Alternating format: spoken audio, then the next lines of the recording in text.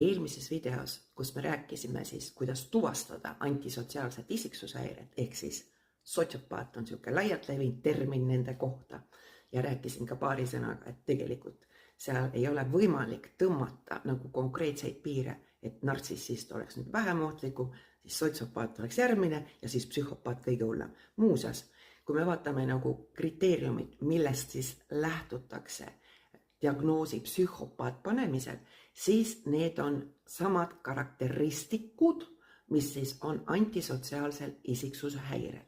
Ja ka nartsissistil on täpselt samad karakteristikud. Küsimus on alati selles, et kuivõrd kodanik suudab siis kontrollida oma impulsiivsust.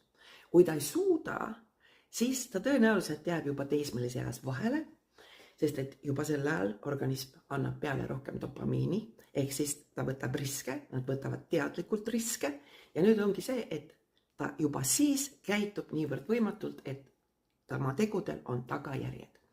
Küll aga, kui ta nüüd suudab oma impulsiivsust kontrollida, siis ta on nii-öelda edukas psühhopaat.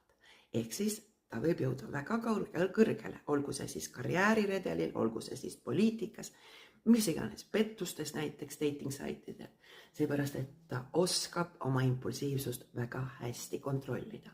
Küll aga tekivad tal probleemid selle kontrollimisega tavapäraselt, kui toimub tema elus või siis nii-öelda keskkonnas, kus ta elab, dramaatilised sündmused tema jaoks, ehk siis näiteks sureb keegi lähedane, ta kaotab töökoha või on siis niisugune ebamäärane situatsioon, nagu näiteks praegu, kus on see sõjaohu tase kogu aeg üleval, Covid ennem seda oli ja tänu sellele, nagu ütles üks uurija väga hästi, et praegu on aeg, kus oleks nagu potilt kaan ära võetud.